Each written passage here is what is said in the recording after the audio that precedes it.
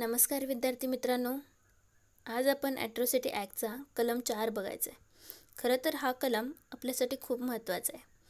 महत्त्वाचा यासाठी कारण आपणही एक पब्लिक सर्वंट बनण्याचं एक स्वप्न घेऊन इथे आलो आहे आणि आपल्यालाही लोकांची सेवा करण्यासाठीच पब्लिक सर्वंट बनायचं आहे. खूप वेळा आपल्याला इंटरव्ह्यूमध्ये पण प्रश्न विचारला जातो की तुम्हाला नक्की ह्या फील्डमध्ये यायचं का आहे, तुम्हाला जज बनायचं का आहे. UPSCमध्ये प्रश्न विचारला जातो तुम्हाला IAS IPS का बनायचं आहे. आणि स्टेट PSCमध्ये आपल्याला विचारलं जातं की तुम्हाला जिल्हाधिकारी, उपजिल्हाधिकारी, तहसीलदार वगैरे का बनायचं आहे. तर असे जेव्हा प्रश्न विचारले जातात तर तेव्हा आपल्याला आपलं उत्तर हवं असतं जे पुढच्या व्यक्तीला काय करेल, इम्प्रेस करेल. आणि फक्त इम्प्रेस करण्यासाठी जर तुम्ही उत्तर देत असाल ना तर ॲक्च्युली ते उत्तरच चुकीचं असेल. तुम्हाला ते बनायचं काय आहे ना, ह्याचं जे रिझन असतं तेच तुम्हाला मोटिवेट करत राहतं नेहमी कोणतीही एक्झाम देण्यासाठी. तर तुमच्याकडे ॲक्च्युली हा रिझन असलं पाहिजे की मी या एक्झामची तयारी का करतो आहे किंवा करते. जर हे रिझन तुमच्याकडे असेल ना तर कोणतंही संकट येऊ दे तर तुम्हाला ही एक्झाम पास करण्यापासून कोणी नाही वाचवू शकत. आणि पुढच्या व्यक्तीला इम्प्रेस करण्याची गरजच नाही होणार. का? कारण तुमचं जे उत्तर असेल ना ते आपोआप त्याच्या मनाला जाऊन भिडेल. त्याच्या जे मनाला ते खरंच उत्तर तुमचं ना खरं वाटेल आणि तुमचं सिलेक्शन तिथेच अर्ध झालेलं असेल हा विचार करा. म्हणून ॲक्च्युली जर तुम्हाला पब्लिक सर्वंट बनायचं असेल ना तर त्याची कर्तव्य काय आहेत हे पण तुम्हाला माहिती असलं पाहिजे. आणि कर्तव्यात कसूर जेव्हा केली जाते तर त्यावेळी आपल्याला आणि त्या पब्लिक सर्वंटला आपल्याला म्हणजे आपण पब्लिक सर्वंट झाल्यानंतर अजिबात कर्तव्यात कसूर करायची नाही आहे. पण जे पब्लिक सर्वंट कर्तव्यामध्ये कसूर करतायत तर त्यांना शिक्षा तर झालीच पाहिजे. आणि ती शिक्षा कलम 4 नुसार ॲट्रॉसिटी ॲक्टमध्ये दिलेली आहे. पण ती कोणासाठी शिक्षा, जर SC आणि ST ह्यांच्या बाबतीत जर कर्तव्यात कसूर केली, जर समजा त्यांनी जी लिहिलेली कंप्लेंट आहे त्याचे FIRच बनवत नसेल, त्यांची कंप्लेंटच घेत नसेल, अशा जर गोष्टी केल्या तर त्या पब्लिक सर्वंटला कोणती शिक्षा द्यावी ह्यासाठी हा कलम 4 ॲट्रॉसिटी ॲक्ट फॉर SC आणि ST हा दिलेला आहे. ठीक आहे. बाकी पब्लिक सर्वंट आपण व्याख्या तर ऑलरेडी बघितली आहे IPSCमध्ये. तिकडे ती सजा अत्याचारासाठी किंवा कोणाचा मर्डर वगैरे केला असेल अशा क्रिमिनल ॲक्टसाठी तर आपल्यासाठी आहेतच, ज्या काय आहेत त्या ड्युटीज त्या आहेतच. पण ॲट्रॉसिटी ॲक्टसाठी SC आणि STसाठी जे कर्तव्यात कोणी कसूर करतील त्यांना कोणत्या कोणत्या शिक्षा होणार आहेत त्या कलम 4च्या ॲट्रॉसिटी ॲक्टमध्ये दिलेले आहेत. ठीक आहे, ॲट्रॉसिटी ॲक्टच्या कलम 4मध्ये. तर त्या कोणत्या कोणत्या शिक्षा आहेत आणि कोणते कोणते आधी पहिली कर्तव्य आहेत ते समजून घेऊया. शेवटी मी तुम्हाला 2 प्रश्न पण ॲड केलेले आहेत, त्याच्यामध्ये तुम्हाला तुमचं उत्तर लिहिता आलं पाहिजे. मी प्रश्न ॲड करण्याचं हेच रिझन आहे की सो दॅट तुम्ही काय कराल, तुम्हाला कळेल की प्रश्न कसे येतात.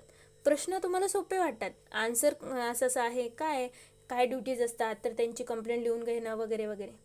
पण मेन म्हणजे बघितला क्वेश्चन की आपल्याला आन्सर येतं पण लिहायचं कसं ते कळत नाही ना. तर पहिली गोष्ट प्रश्न समजून घेणं हाच आपली सुरुवातची स्टेप आहे आणि तीच आत्ता सध्या तरी करतो आहे आपण. त्याच्यानंतर आन्सर रायटिंग आणि त्याच्यानंतर विथ केस लॉस कसं लिहायचं ना ते पण मी तुम्हाला शिकवेन.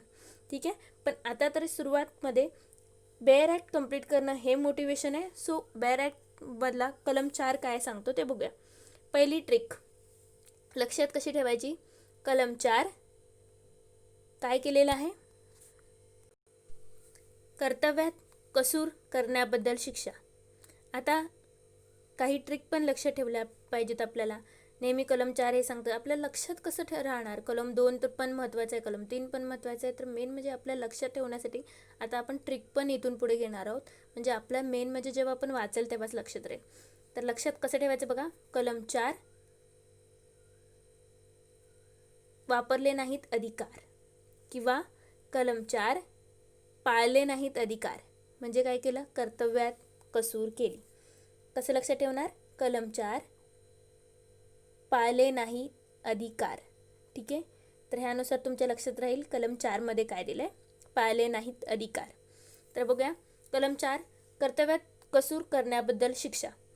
पहिलं, लोकसेवक असेल परंतु अनुसूचित जनजातीचा सदस्य नसेल अशी जी कोणतीही व्यक्ती या अधिनियमाखालील किंवा या अधिनियमान्वये तिने जी कर्तव्ये पार पाडणे आवश्यक असेल ती कर्तव्ये पार पाडण्यात जाणून बुजून कसूर किंवा हैगय करेल त्या व्यक्तीला 6 महिन्यापेक्षा कमी नसेल परंतु 1 वर्षापर्यंत असू शकेल इतक्या मुदतीच्या तुरुंगवासाची शिक्षा होईल.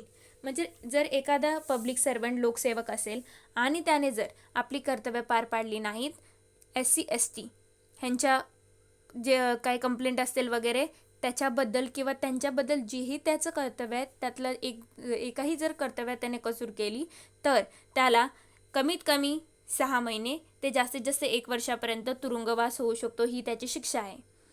आता इथून पुढे जे त्याच्या सबसेक्शन 1 मध्ये काही क्लॉज दिलेले आहेत त्याच्यामध्ये ॲक्च्युली काय सांगितलं आहे तर त्याची काय काय कर्तव्य आहेत ते पण दिलं आहे. तर आपण त्याची काय काय कर्तव्य आहेत ते समजावून घेऊया. पहिलं बघा, पहिलं कर्तव्य आहे की त्याने काय करायचं, जे काय जो व्यक्ती तिथे येईल कंप्लेंट करायला ती सांगितलेली सगळी कंप्लेंट त्यांनी तिथे लिहून घ्यायची आहे. आणि फक्त लिहून घ्यायची नाही तर लिहून झाल्यानंतर त्याला ती वाचून पण दाखवायची आहे. आणि ती कंप्लेंट आहे ना लिहिल्यानंतर त्या माणसाची सही घ्यायची आहे. ती लिहिण्याआधीच त्याची सही घेणं मग आपल्या मनाने त्याच्यावरती लिहिणं हे चुकीचं आहे. कधीच कोणत्याही तो जर व्यक्ती त्याच्यावरती अत्याचार झाला आहे किंवा गरीब आहे म्हणून त्याची आधीच सही घ्यायची कागदावरती आणि मग तर आपल्याला वाटेल तसं लिहायचं हे चुकीचं आहे एकदम. ते लिहिल्यानंतर मग त्याची सही घ्यायची. हे 2 पॉईंट कशामध्ये दिलेले आहेत, पोटकलम 1 मध्ये दिलेले. समजलं काय करायचं, त्याने दिलेली पूर्ण काय करायची कंप्लेंट लिहून घ्यायची, त्याच्यावरती त्याची सही घ्यायची, पण त्याच्या आधी त्याला ती पूर्णपणे वाचून दाखवायची आणि सही लिहिल्यानंतर मग घ्यायची, आधी घ्यायची नाही. काल तुम्हाला पोटकलम एकदा इंग्लिशमध्ये पण बघूया. बघा, section 4 punishment for neglect of duties. First subsection, whoever being a public servant but not being a member of a scheduled caste or scheduled tribe willfully neglects his duties required to be performed by him under this act and the rules made thereunder shall be punishable with imprisonment for a term which shall not be less than 6 months but which may extend to 1 year. Okay, आणि आता पोटकलम 1 बघूया, ते पण इंग्लिशमध्ये. The duties of public servant referred to in subsection 1 shall include. First, पहिली duty काय सांगितले त्याला वाचून दाखवणं वगैरे ते इंग्लिशमध्ये दिलं आहे बघा. A, to read out to an informant the information given orally and reduce to writing by the officer in charge of the police station before taking the signature of the informant. Okay, एकदा मराठीमध्ये. 2 पोटकलम 1 मध्ये नमूद केल्याप्रमाणे लोकसेवकाच्या कर्तव्यामध्ये पुढील बाबींचा समावेश असेल.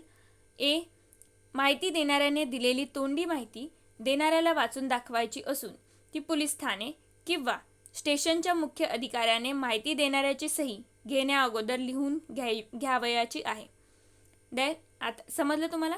आता बी बघा, या अधिनियमाखाली आणि इतर तरतुदीं अन्वये तक्रारींची नोंद करणे किंवा प्राथमिक माहितीच्या अहवालाची नोंद करणे आणि अधिनियमातील योग्य त्या कलमाखाली नोंद करणे. म्हणजे जेव्हा तो FIR दाखल करेल किंवा तो जो सांगतोय व्यक्ती ज्याच्यावरती अत्याचार झाला आहे ते लिहून घेताना त्याला काय काय त्याच्यामध्ये लिहायचं आहे, त्याची तक्रार तर लिहून घ्यायची आहे.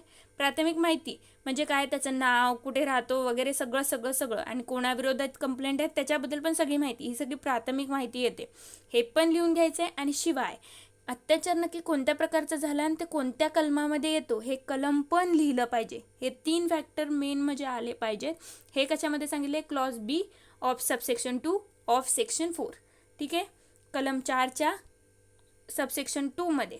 ठीक आहे, आणि क्लॉज B मध्ये हे सांगितले की तुम्ही लिहिताना काय काय लिहायचं आहे.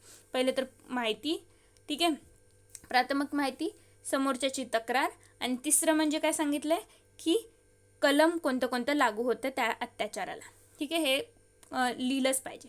कळलं तुम्हाला नक्की काय आहे. ठीक आहे, बी बघा. B, to register a complaint or a first information report under this act and other relevant provisions and to register it under appropriate sections of this act. Okay, ते सगळे सेक्शन्स, त्याच्यानंतर रिपोर्ट, कंप्लेंट आणि first information report, हे सगळं 3 factors त्याच्यामध्ये आले पाहिजेत, लिहिलेले पाहिजेत. ठीक आहे, क्लिअर आहे. त्याच्यानंतर आता बघूया आपण सी मध्ये काय सांगितलं आहे. सी मध्ये सांगितलं आहे त्याचं नवीन कर्तव्य. अजून सी मधलं काय कर्तव्य आहे बघा, माहिती देणाऱ्याला नोंद केलेल्या माहितीची प्रत देणे. म्हणजे फक्त FIR लिहून आपल्याकडे ठेवायची नाही, कंप्लेंट लिहून आपल्याकडे ठेवायची नाही, तर त्याची एक कॉपी समोरच्या व्यक्तीला जो कंप्लेंट करत असेल त्यालाही द्यायची आहे. ठीक आहे, तो त्याच्याकडचा पुरावा राहील त्याला, म्हणून त्याला द्यायची आहे. हे काय झालं, सी मध्ये सांगितलं. ठीक आहे, लेट सी काय सांगतं ते. C, to furnish a copy of the information so recorded forthwith to the informant. Okay. Then D काय सांगतं, अत्याचारित किंवा अत्याचार झालेल्या पीडितांचा किंवा साक्षीदारांचा जबाब नोंदवून घेणे. म्हणजे फक्त अत्याचारित व्यक्तीचाच नाही, तर अत्याचारिताबरोबर जे काय तिकडे साक्षीदार आहेत, जे त्यांनी पाहिलेलं आहे की काय काय अत्याचार झाले, जे काय पीडित व्यक्ती आहेत त्यांचा पूर्णपणे जबाब लिहून घेणं, नोंद करून घेणं, हे पण एक कर्तव्य आहे जे डी मध्ये सांगितलं आहे. एकदा इंग्लिशमध्ये बघूया. D, to record the statement of the victims and witnesses. विक्टिमचं म्हणजे अत्याचार ज्याच्यावरती झाला आहे त्याचा, आणि विटनेसेस म्हणजे जे साक्षीदार आहेत, दोघांचं पण काय करायचं आहे आपल्याला पूर्ण रेकॉर्ड आणि स्टेटमेंट आहे ते काय करायचं आहे, नोंद करून घ्यायचं आहे पब्लिक सर्वंटला. ओके. त्याच्यानंतर आता बघूया ई काय सांगतं ते. ई मध्ये सांगितलं आहे चौकशी करणे, म्हणजे इन्व्हेस्टिगेशन करतात पोलीस बघा ते. दोषारोपपत्र. ठीक आहे, दोषारोपपत्र म्हणजे काय, चार्जशीट फाईल करतात एखाद्याच्या विरुद्ध, त्याला दोषारोपपत्र FIR बोलतात, चार्जशीट बोलतात. ते काय करायचं, चौकशी करणं. दोषारोपपत्र विशेष न्यायालयात किंवा एकमेव विशेष न्यायालयात 60 दिवसांच्या आत दाखल करणे. म्हणजे 60 दिवस हे लिमिट आहे.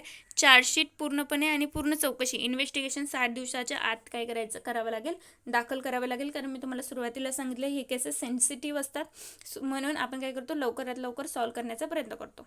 आणि जर विलंब झाला तर त्या कारणांची लेखी नोंद देणे. म्हणजे जर होतच नसेल, समजा होऊच शकत नाही 60 दिवसांच्या आत, अशी कॉम्प्लिकेटेड केस असेल, तर ही माहिती आधीच ह्याची कारणांची सगळी नोंद करून ती कारणं कुणाला द्यायची आहेत, न्यायालयाला, विशेष न्यायालयाला आणि एकमेव विशेष न्यायालयाला द्यायची आहेत, जी SC आणि ST साठी स्पेशल आपण काय केलेली आहे, स्थापन केलेली आहेत.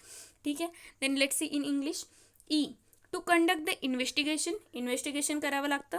And file chargesheet in the special court or the exclusive special court within a period of 60 days and to explain the delay if any in writing. Delay झालं तर कारण, नसेल तर इन्व्हेस्टिगेशन आणि चार्जशीट 60 दिवसाच्या आत कोर्टाला, स्पेशल कोर्ट आणि एक्सक्लुझिव्ह स्पेशल कोर्टाला द्यायचं आहे.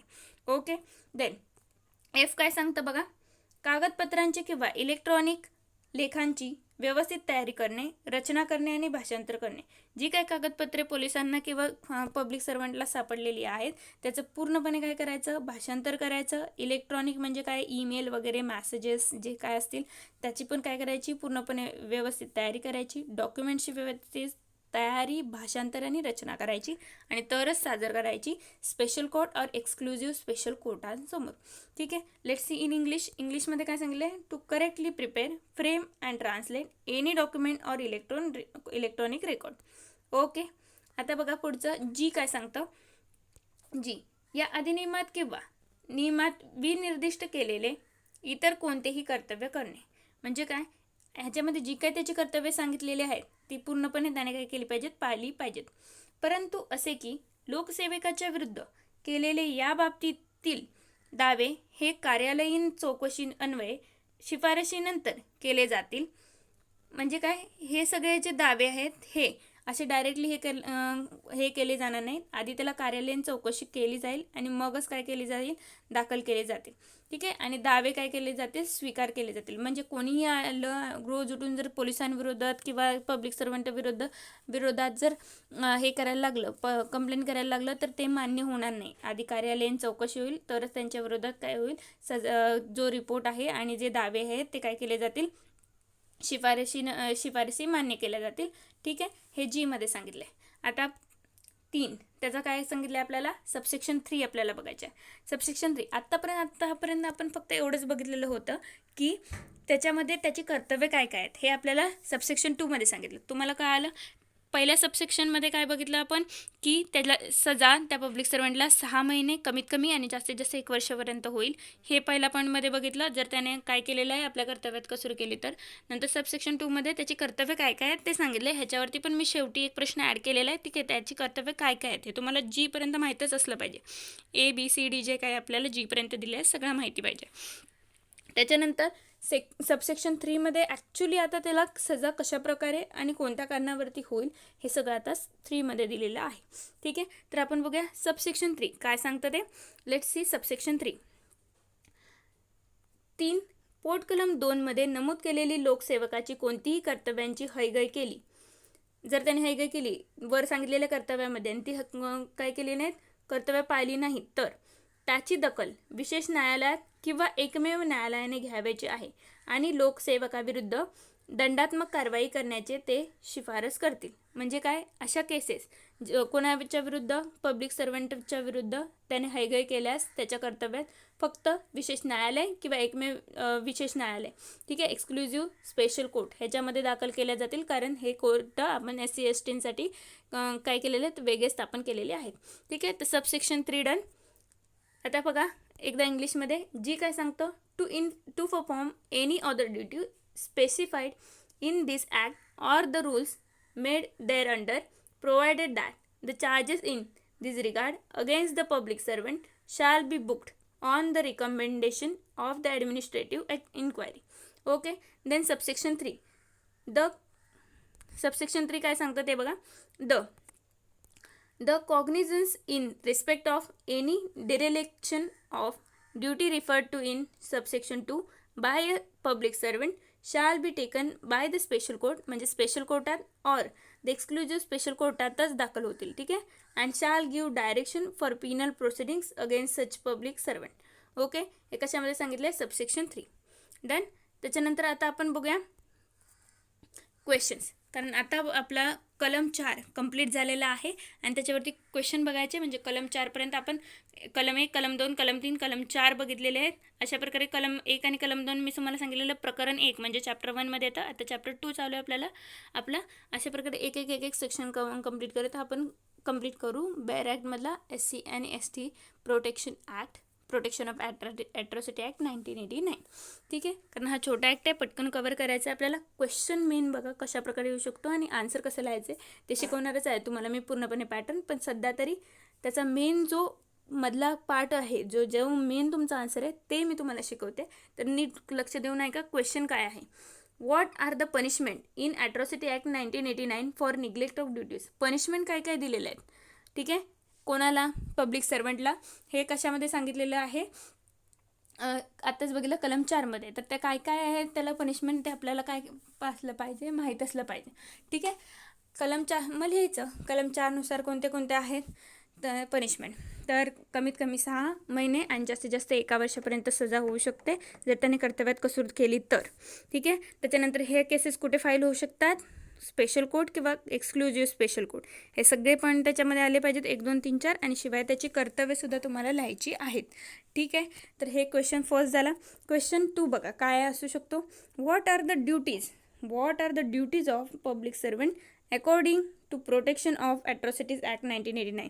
हे कशामधलं लिहिणार तुम्ही, सेक्शन 4मधलं सबसेक्शन 2 पार्ट तुमचं काय सांगतो, तुमचे ड्युटीज सांगतो पब्लिक सर्वंटच्या.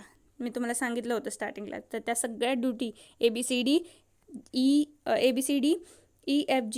EFG Gपर्यंतच आहेत, A to G पर्यंत जेवढ्या पण त्याच्या ड्युटीज आहेत त्या तुम्हाला पूर्ण लाईन वाईज लिहायचे आहेत. हा तुमचा मेन मधलं आन्सर, जे मेन आन्सर आहे ते येईल आणि त्याच्यावरती इंट्रोडक्शन आहे ते कसं लिहायचं आहे ते नंतर बघू. तर अशा तऱ्हेने क्वेश्चन पण काय आला तुम्हाला, कोणत्या ड्युटीज आहेत. तर पहिलं काय आहे, मी ड्युटीज पण तुम्हाला सांगते सो दॅट तुम्हाला कळेल. मागच्या प्रश्नाचं तुम्हाला काय लिहायचं आहे त्याच्यामध्ये सजा पण लिहायचं आहे, कारण क्वेश्चनमध्ये सजा विचारले, इकडे काय विचारले, ड्युटीज विचारले. तर सजामध्ये काय काय लिहिणार, कमीत कमी 6. जर पब्लिक सर्वंटमध्ये एखादं आधी ह्याचं आन्सर सांगते मग सेकंड सांगते. क्वेश्चन फर्स्टमध्ये सांगते काय लिहिणार की जर एखाद्या लोकसेवकाने म्हणजे पब्लिक सर्वंटने जर काय केलं, त्याच्या कर्तव्यामध्ये कसूर केली तर त्याला कमीत कमी 6 महिने आणि जास्तीत जास्त 1 वर्षापर्यंत सजा होऊ शकते. आणि मग त्याच्यानंतर त्याची कर्तव्य ABCD EFG Gपर्यंतच आहेत ते लिहायची. ते मी पुढे सांगणारच आहेत काय काय आहेत ते. आणि त्याच्यानंतर लास्टला लिहायचं अशा ज्या केसेस आहेत त्या एक्सक्लुझिव्ह स्पेशल कोर्ट किंवा स्पेशल कोर्टामध्येच काय केल्या जातील, चालवल्या जातील. आणि ते जे केसेस आहेत त्याआधी कार्यालयीन चौकशीच्या शिफारशीनंतरच घेतल्या जातील. अशा घेतल्या जात नाहीत का? कारण कोणीही उठून पब्लिक सर्वंटवरती आरोप लावू नये म्हणून. ठीक आहे, हे 3 पॉईंट मेन महत्त्वाचे तुमचे येतील त्याच्यामध्ये. आणि मधला पार्ट म्हणजे कर्तव्य. कळालं तुमचा मधला पार्ट जो मेन ज्याला तुम्हाला मार्क्स मिळणार आहेत, जे आन्सर आहे ते तुम्हाला कळालेलं आहे क्वेश्चन 1चं. आता क्वेश्चन 2 बघा. क्वेश्चन 2चं पण सांगते कशा प्रकारे लिहायचं आहे. तर क्वेश्चन 2मध्ये पहिला पार्ट का तुमचा काय येईल? Introduction, history. ह्याच्यामध्ये तुम्हाला सजा वगैरे विचारलेली नाही आहे, फक्त ड्युटीज विचारले, त्यामुळे ते तुम्ही लिहायचं नाही. ड्युटीजमध्ये तुम्ही काय लिहिणार? तर ABCDEFG एवढे तुम्ही काय करायचे? कर्तव्य लिहायचे आहेत पब्लिक सर्वंटची. ठीक आहे. पहिलं कर्तव्य काय होतं?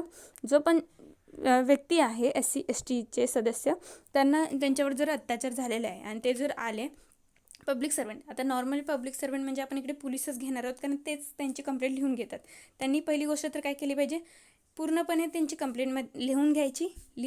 घेतल्यानंतर त्यांना ती वाचून दाखवायची आणि कोऱ्या कागदावरती सही घ्यायची नाही. कंप्लेंट लिहिल्यानंतरच काय करायची? खाली सही घ्यायची. हे पहिल्या पॉईंटमध्ये सांगितलं होतं मी तुम्हाला. हे A पॉईंट झाला तुमचा, राईट. त्याच्यानंतर B पॉईंट बघा. B पॉईंटमध्ये काय सांगितलं होतं की ते जर कंप्लेंट आहे त्याच्यामध्ये 3 गोष्टी आल्या पाहिजेत. पहिली गोष्ट म्हणजे काय की त्याच्यामध्ये तुम्ही कंप्लेंट लिहायची. दुसरी गोष्ट त्याच्यामध्ये काय करायचं तुम्ही की दुसरी गोष्ट त्याच्यामध्ये काय आली पाहिजे? तुम्ही पूर्ण त्याची प्रायमरी म्हणजे फर्स्ट इन्फॉर्मेशन रिपोर्ट लिहून घ्यायचा तुम्ही, की म्हणजे प्राथमिक त्याची माहिती आहे, त्याचं नाव, गाव, कुठे राहतो, कोणत्या प्रकारचं त्याच्यात ते, आणि कलम कोणते आहेत ते लिहायचे. 3 गोष्टी त्या आल्या पाहिजेत बीमध्ये. ठीक आहे, B पार्ट झाला. C पार्टमध्ये तुमचं काय करायचं आहे की जो कोणी माहिती देणारा आहे त्याला काय करायची? त्याची एक कॉपी द्यायची त्या चार्जशीटची. फक्त आपल्याकडे ठेवायची नाहीत, कारण त्याला पण त्याचा प्रूफ पाहिजे की मी अशी कंप्लीट केली आहे म्हणून. तर C त्याला कॉपी द्यायची त्या कंप्लेंटची. हा C पॉईंट. D पॉईंट, जर फक्त पीडिताचीच नाही तर त्याशिवाय त्याचे साक्षीदार जे आहेत त्याच्याबरोबर witness and as well as victim, या दोघांची पण काय करायची? आपल्याला जबाब लिहून घ्यायचा. हा D पॉईंटमध्ये झाला. E पॉईंटमध्ये काय सांगितलं आहे? चौकशी करायची असेल आणि म्हणजे काय इन्व्हेस्टिगेशन असेल, काय चार्जशीट फाईल करायची असेल, तर पोलिसांना ती 60 दिवसांच्या आत ती कोर्टाला, स्पेशल कोर्ट आणि एक्सक्लुझिव्ह स्पेशल कोर्टाला द्यावी लागते. नाही, आणि तीही 60 दिवसाच्या आत नाही दिली तर कारण तिथं सांगावं लागतं. म्हणजे ते तिकडे त्यांना आन्सरेबल आहेत कोर्टाला, म्हणून त्यांना ते कार्य कंप्लीट करावंच लागेल. ठीक आहे, कारण आन्सरेबिलिटी जेव्हा येते ना तेव्हा कर्तव्याची जाणीव असते, म्हणून आन्सरेबिलिटी असली पाहिजे. E पॉईंट 5वा पॉईंट झाला. त्याच्यानंतर F 6वा पॉईंट काय आहे? जी पण कागदपत्र आहेत, डॉक्युमेंट्स असू देत, इलेक्ट्रॉनिक हे असू देत, ह्याची पूर्णपणे व्यवस्थित तयारी करायची, रचना करूनच मग आणि त्याची ट्रान्सलेशन करून मग ते कोर्टाला सादर करायचं. हा F6 पॉईंट झाला. त्याच्यानंतर बघा C पॉईंटमध्ये काय सांगितले? G पॉईंटमध्ये लास्ट पॉईंट जो आहे तुमचा तो काय सांगितलेला आहे की कोणतंही जे हे कंप्लेंट असते कोणत्याही पब्लिक सर्वंटच्या विरोधात, ती पब्लिक सर्वंटच्या विरोधात जी हे आहे, ठीक आहे, कंप्लेंट आहे, ते कोर्ट कधी हे करतं? जेव्हा कार्यालयीन चौकशी अन्वये शिफारस येते तेव्हा. ठीक आहे, हा 7वा पॉईंट झाला. अशा प्रकारे तुम्ही काय करायचे? पूर्णपणे त्या ड्युटीज लिहायच्या आहेत त्या पब्लिक सर्वंटच्या. हा तुमचा मेन आन्सर झाला सेकंड क्वेश्चनचा, जो तुम्हाला मी दिलेला आहे. ठीक आहे, अशा तऱ्हेने हा सेकंड क्वेश्चन पण झाला. तुम्हाला ह्या आता हा आपला काय झालेला आहे? व्हिडिओ संपलेला आहे. आता तुम्हाला जर ह्याच्यामध्ये काही डाऊट असतील तर तुम्ही मला कमेंट्समध्ये लिहू शकता. ठीक आहे, आणि त्याच्यानंतर तुम्ही काय करू शकता? तुम्हाला जर नाही आवडला असेल तर आणि किंवा तुम्हाला ह्या व्हिडिओमध्ये काही इम्प्रूव्हमेंट पाहिजे असेल तर तुम्ही काय करू शकता? सजेस्ट करू शकता. तुम्ही मला कमेंटमध्ये लाईक करा, शेअर करा जास्तीत जास्त तुमच्या फ्रेंडबरोबर, आणि सबस्क्राईब करा. का? कारण तुम्हाला नोटिफिकेशन मिळायला पाहिजेत जसं जसं मी व्हिडिओ हे करते तसं. कारण आपल्याला अभ्यास करत राहणं खूप गरजेचं आहे. का? कारण एकदमच विष पिलं तर माणूस मरून जाईल. थोडं नेहमी काय करावं लागतं? अभ्यास करत राहावं लागतं, तरच आपण पुढे जाणार आहोत. कारण मेनमध्ये आपल्या सक्सेसमध्ये सगळ्यात महत्त्वाचा पार्ट काय असतो माहिती आहे? आपल्या सवयी. आपल्याला थोडं अभ्यास करण्याची जर सवय असेल ना तर लास्ट मोमेंटला असं होत नाही की माझं काय होईल. जेव्हा कॉन्फिडन्स मनामध्ये असतो ना तर माणूस जिंकण्याचे ना अर्धा तर तो माणूस तिकडे 60% जिंकलेला असतो.